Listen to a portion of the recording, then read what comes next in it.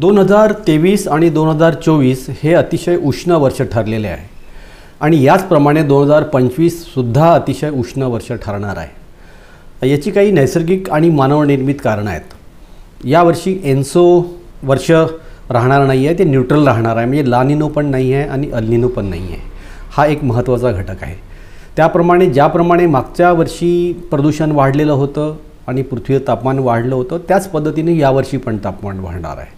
यामध्ये नैसर्गिक कारण असं आहे की सूर्याची उष्णता जी आहे ती समुद्र शोषून घेतं, जवळपास 90% उष्णता शोषून घेतं। सूर्यावरती विस्फोट चालू आहे, त्याच्यामुळे जास्त ऊर्जा सूर्याची आपल्या वातावरणामध्ये आणि पृथ्वीवरती येत असते। समुद्राचं प्रदूषण आहे, आपल्या जमिनीवरती फार प्रदूषण आहे, हवा प्रदूषण आहे।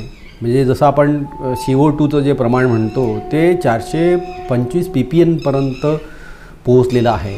मिथेनचं प्रमाण वाढलेलं आहे, बाकीचे इतर वायू जे आहे त्याचं प्रमाण वाढलेलं आहे आणि यामुळे हरितगृहाचा जो परिणाम आहे तो परिणाम आपल्याकडे होतो आहे।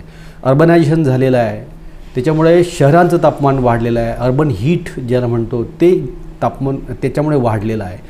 डेझर्टिफिकेशन आपलं झालेलं आहे जंगलतोड झाल्यामुळं। या एकूण परिणामामुळे पृथ्वीचं जे तापमान आहे तापमान वाढायला लागलेलं आहे। म्हणूनच 2025 हे ज्याप्रमाणे अतिशय उष्ण वर्ष ठरणार आहे, कदाचित 2026 पण ठरणार आहे। म्हणजे 2030 पर्यंत कदाचित 1.5 तापमानापेक्षा आपण जास्त आपलं तापमान जाण्याची शक्यता आहे। जी आपली मर्यादा आहे ती पण जास्त वाढणार आहे। याच्यामुळे रोगराईच्या समस्या वाढणार आहे, शेतीचं नुकसान होणार आहे, उद्योगाचं नुकसान होणार आहे। एकूणच सर्व मानवजातीला आणि इतर जीवांना असह्य होणार हे तापमान राहणार आहे। त्याच्यामुळे काळजी घेतली पाहिजे।